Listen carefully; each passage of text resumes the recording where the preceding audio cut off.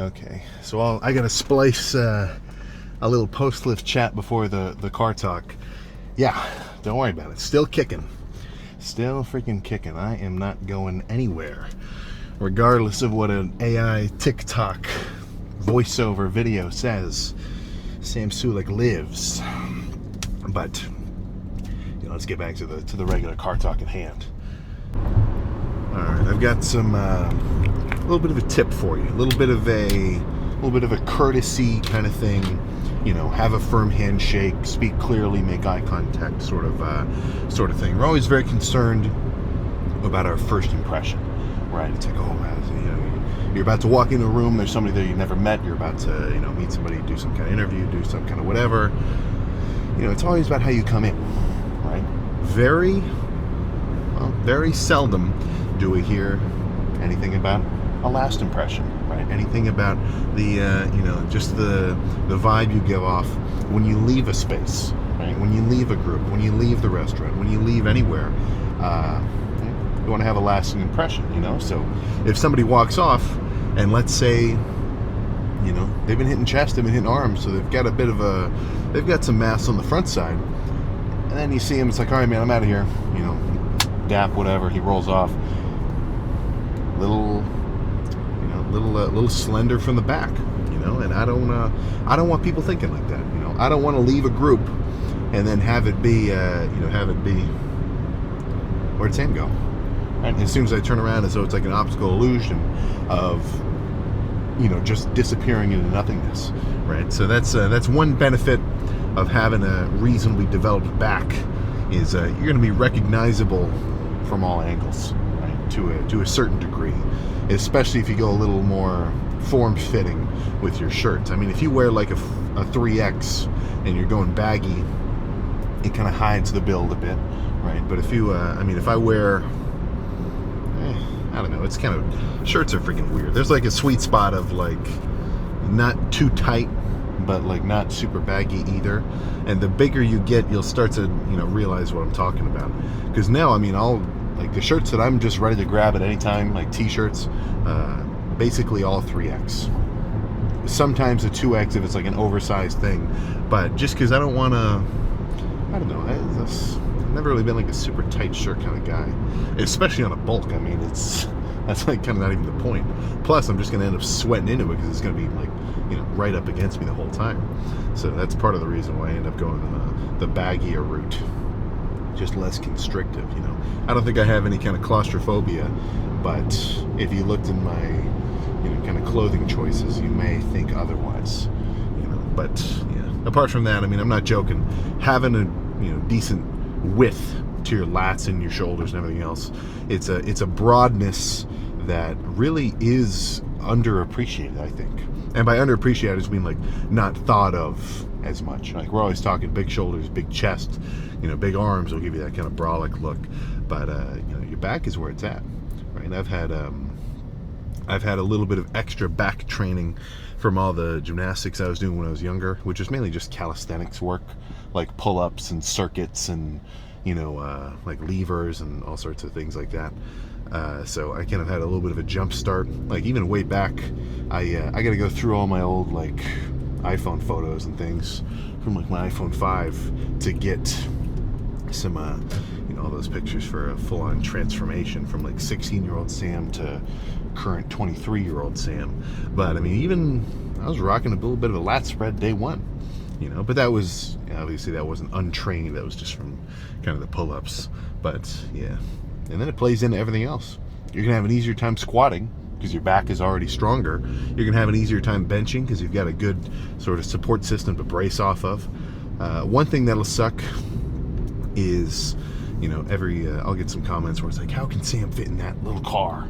Like, no, the Camry's a normal sized car, and really it's not a problem about the car, it's more so about the seat, because it's not like I'm 6'8", right, where I've got a problem actually like fitting into something. There have been times where I've had to move the steering wheel up a little bit when I've got a quad pump, where like actually kind of sliding my legs in becomes a little bit of a hassle, a little bit of a chore.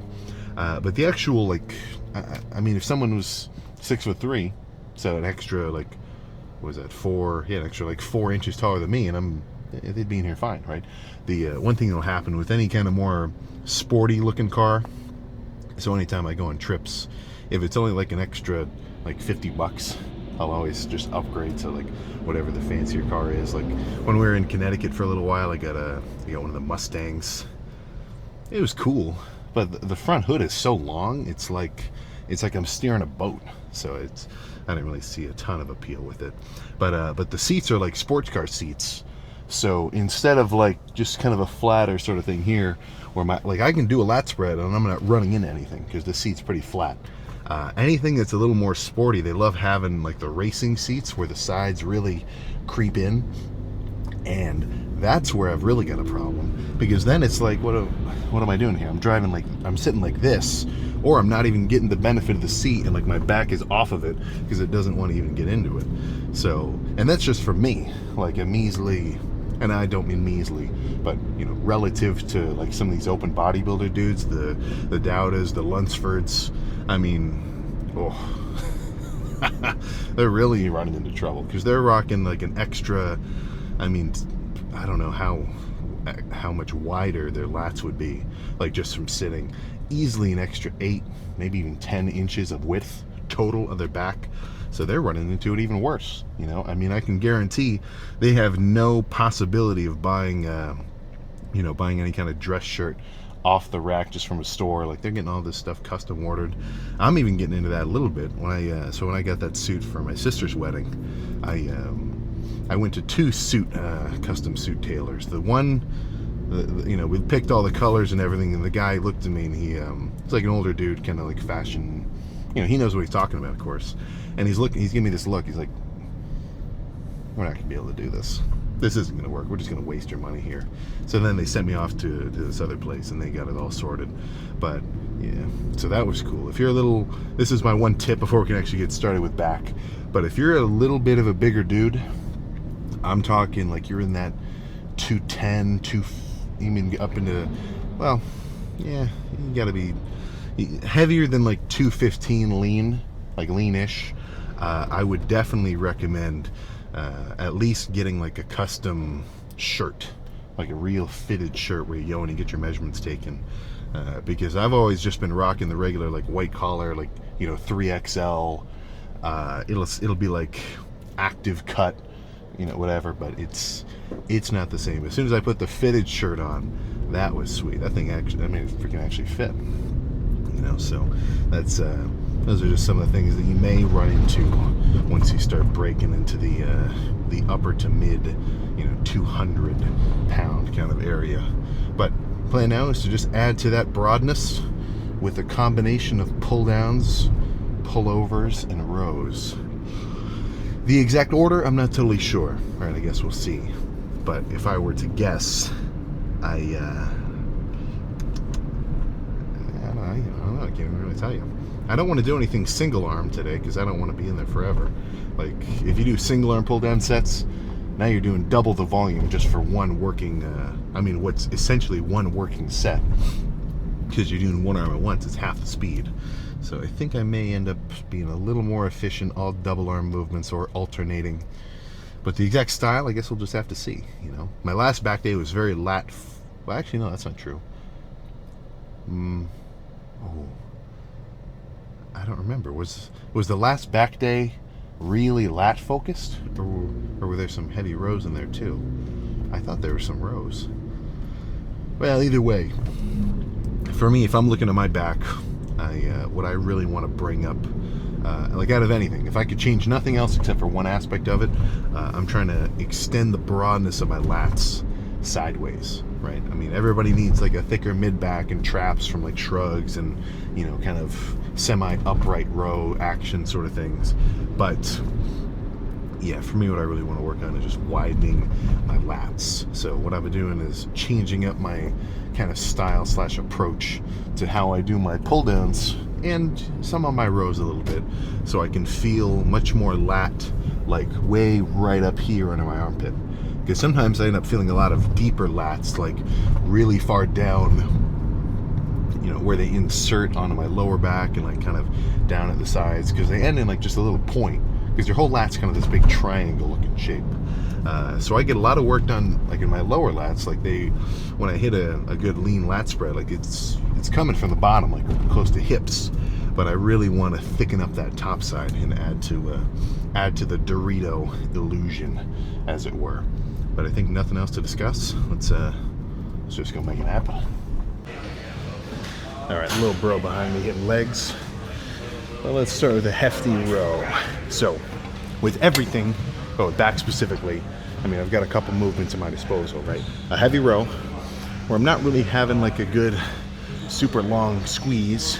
The point of it's just the fact that it's heavy, right? And the difficulty kind of comes from just physically doing the rep, right?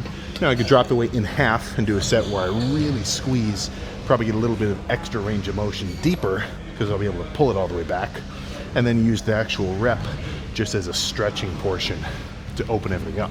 So sometimes I like starting with a lighter weight, maybe if I don't feel so warm or just ready, but today, feel good. So let's start with the stack. Now that's, whatever that weight is for you, of course. And sometimes the stack is enough. Then you may need to get like a separate machine's pin and throw a plate on, but that's for you to decide.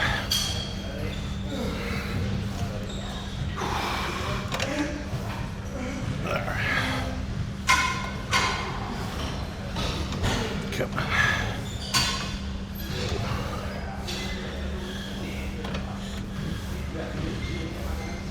Okay. There we go.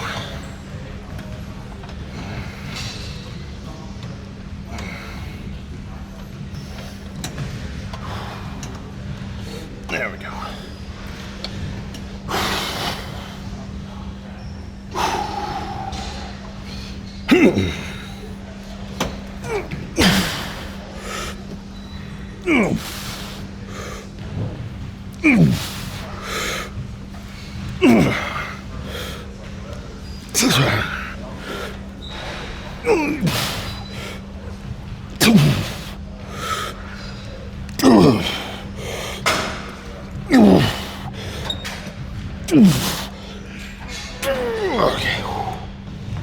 Okay. One more like that. And then I think I'll just drop the weight in half and do a squeezing set. That's good.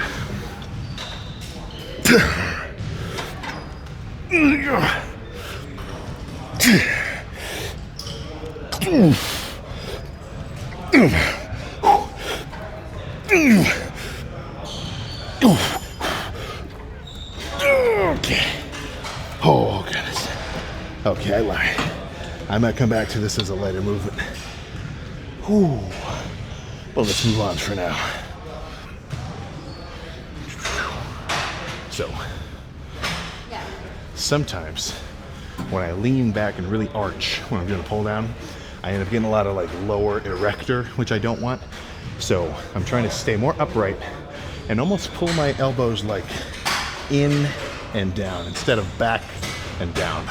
Because this is a little more like rowish, whereas this is more in line with like pure lats. So that's what I'm thinking here.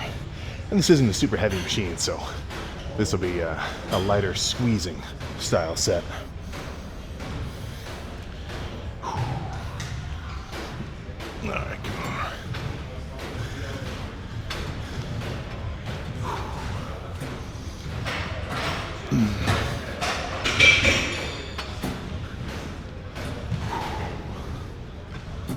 All right.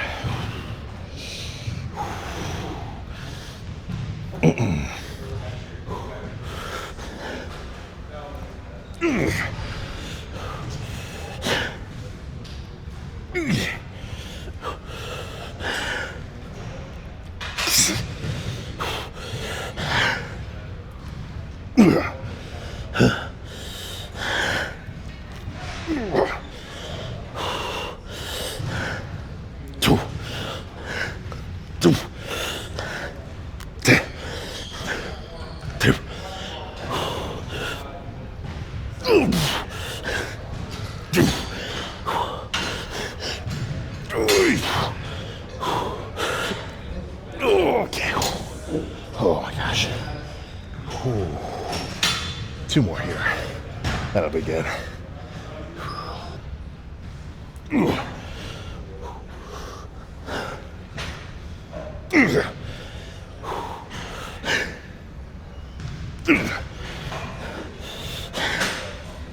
Okay.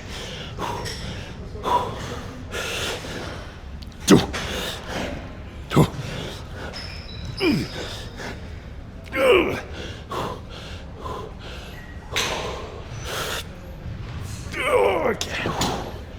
Oh, goodness. One more. One more. Come on. Let's do some sort of pause reps for this one. You'll see.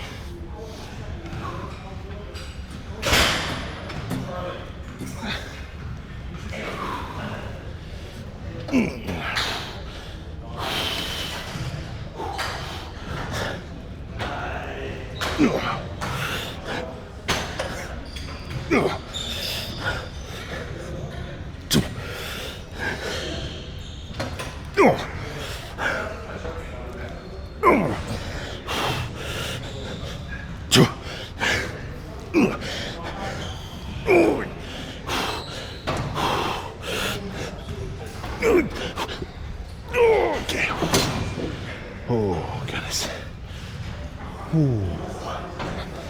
Okay. Let's go back and do a light squeezing set. I'll decide. All right.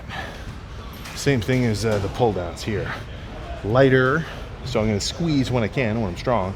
And once I get weak enough I can't really hold the squeeze, I'm going to transition to just kind of more faster pace, just filling up my lats with blood style reps. And we're getting close to the end. I'm kind of holding back a little weight-wise, just because I can tell my left lat feels a little tender from when I overdid it about a week ago. But within this realm, this realm of weight, this is all right.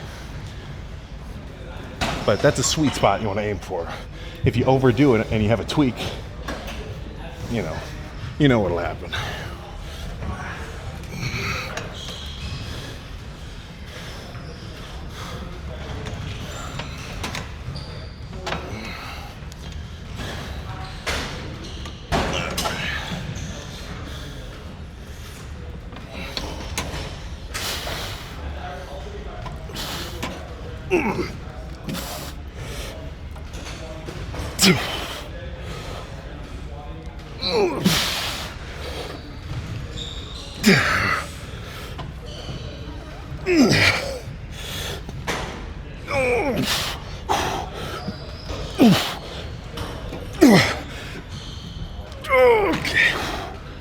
Okay, let me switch grips. Make that a grip set.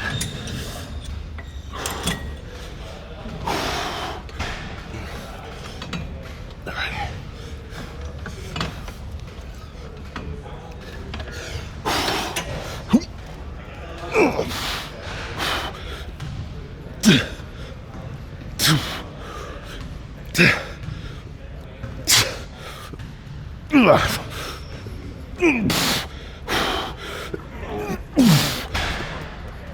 Okay. Oh, okay. Oh, I think that's enough. All right. So I ended up doing one more set of alternating single arm pullovers, but yeah, that's about right. So what was that? 2 heavy rows, 3 light squeezing pull downs with I'd say pretty good tempo. It took me a while to actually get the benefit of like kind of sitting in the stretch sometimes, but with lats and hamstrings especially, I've been liking it. Like if I'm doing a set of laying curls, I might go extra light and just like hold the stretch for like a full second, maybe even up to like 2, and then kind of just make use of the fatigue that gets built up from it. Same thing with lats, with especially with the pull downs, because it's just such a, like, even just putting my arms up now, I can feel it like stretching out everything up there. But I think nothing else to say. All right, I got my phone out of my pocket. Let's see how we're looking.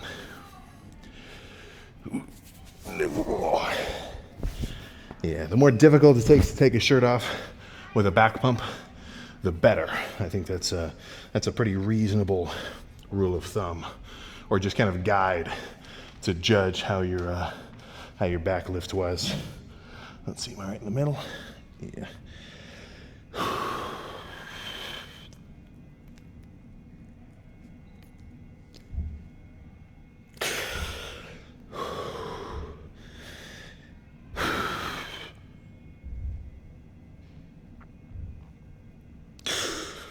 Oh, goodness. Yeah, it is freaking hot.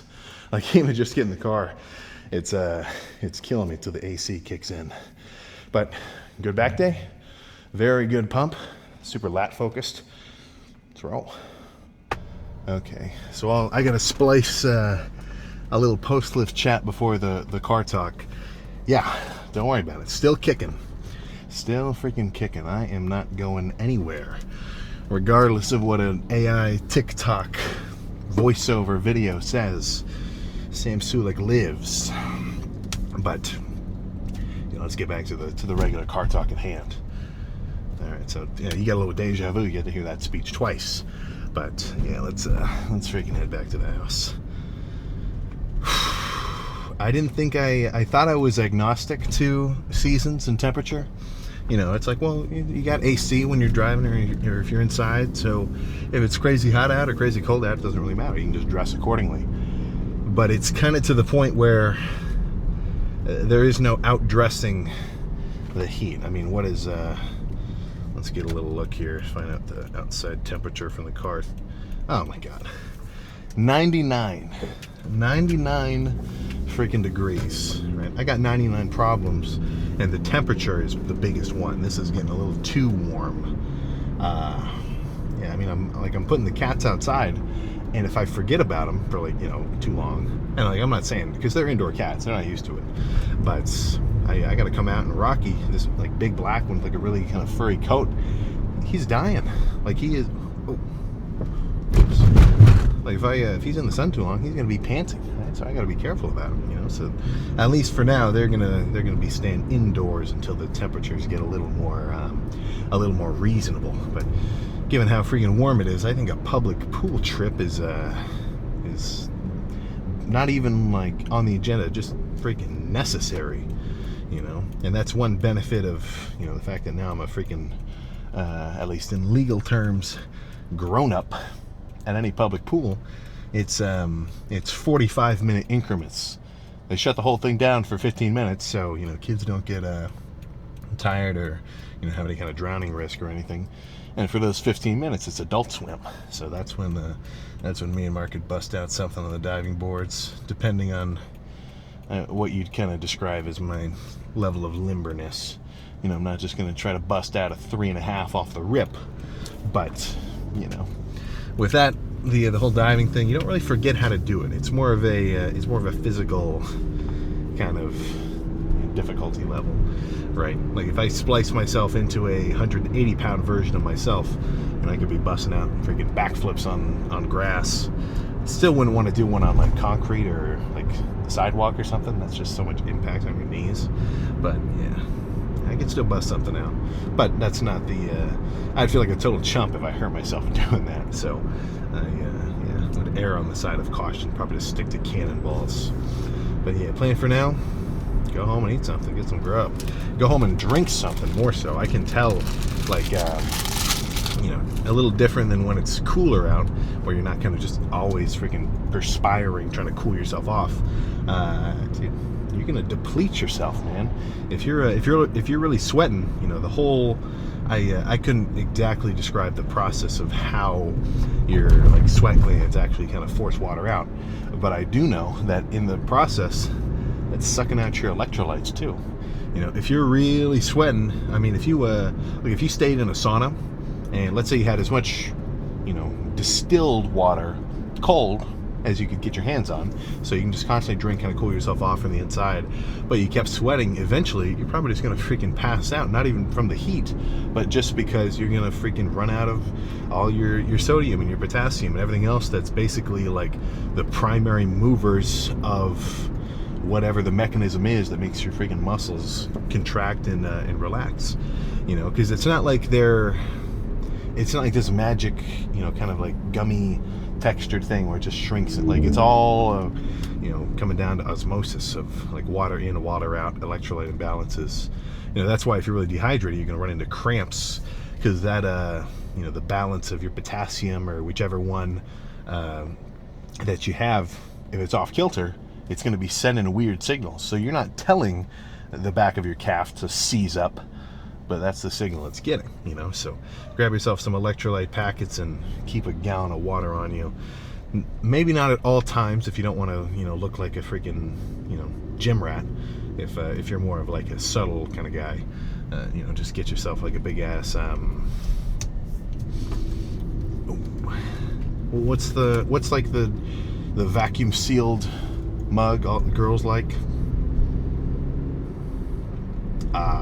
Third Stanley.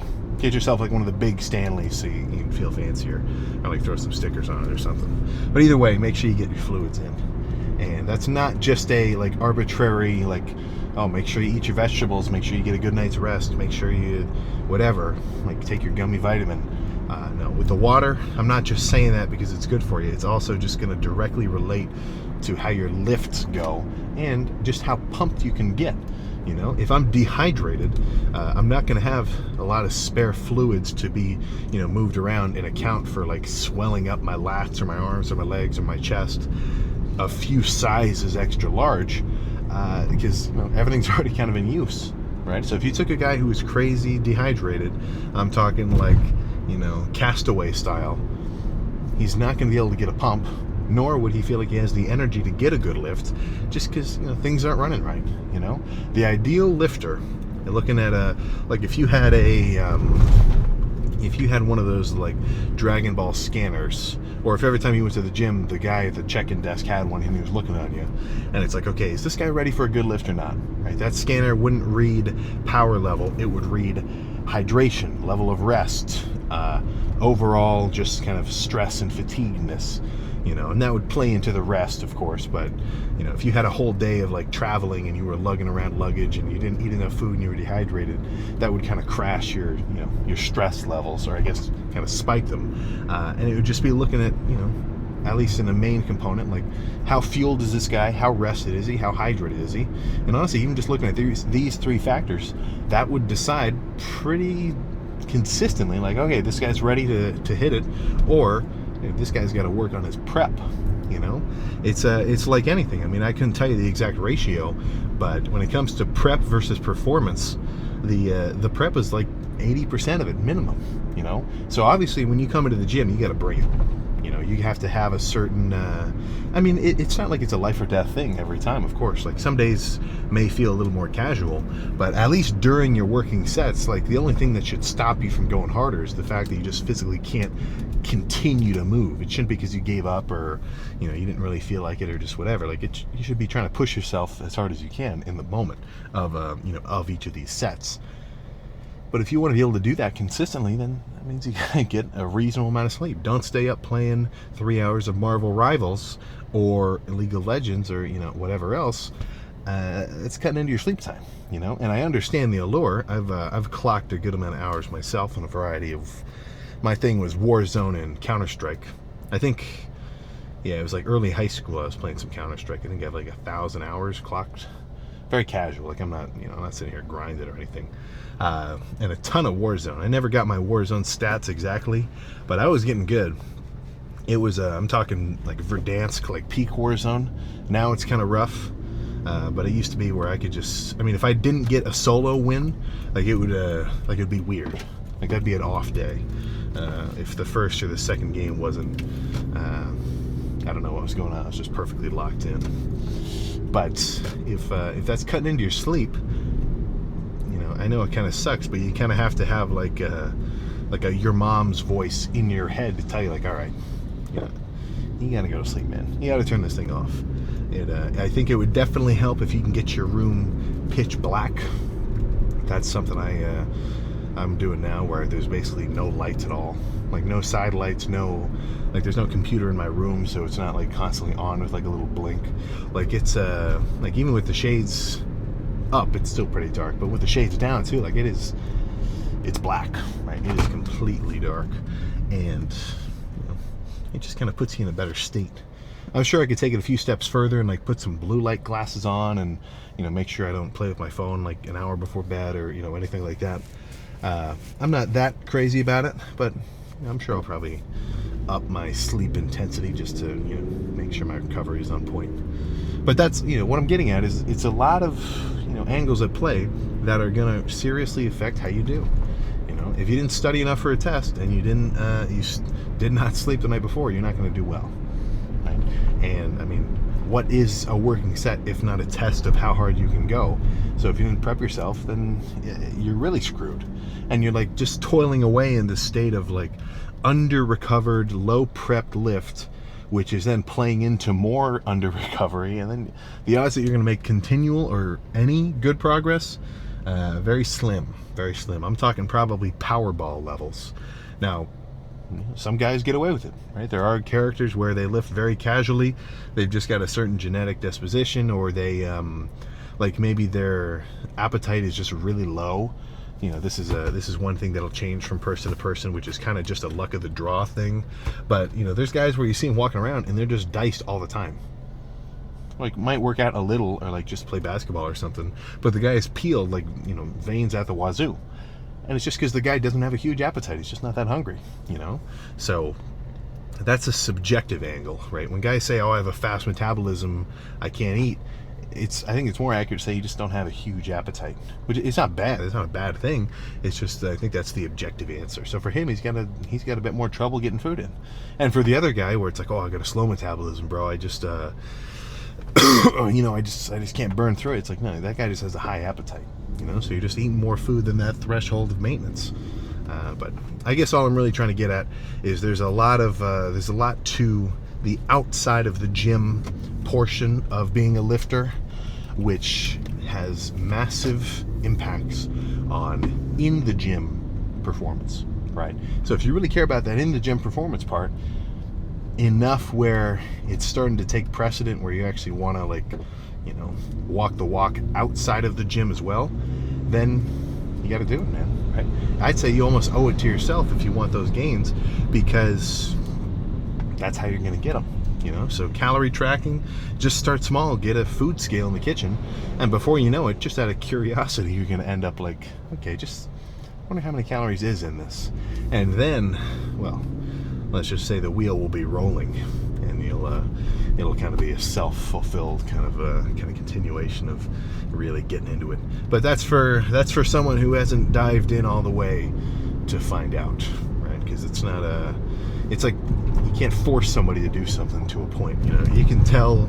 Let's say somebody who you want to work out, and you always tell them you want them to come with them, or you want to join the gym group or whatever. It can't be forced, right? The guy kind of has to want it, because it's as much as there is a community aspect to it, the gym is very just kind of individual and personal, right? It's your thing. No one's life gets off, it gets thrown off kilter because you didn't go hit chest one day when, no one knew you were going to do it, right? So it's kind of a for you, by you situation. But now I'm just getting deep into a freaking ramble. Let's go home, eat something, drink something, potentially take a nap, and then get ready to eat some more. That's kind of the theme right now, just freaking grubbing. So I'll see you tomorrow.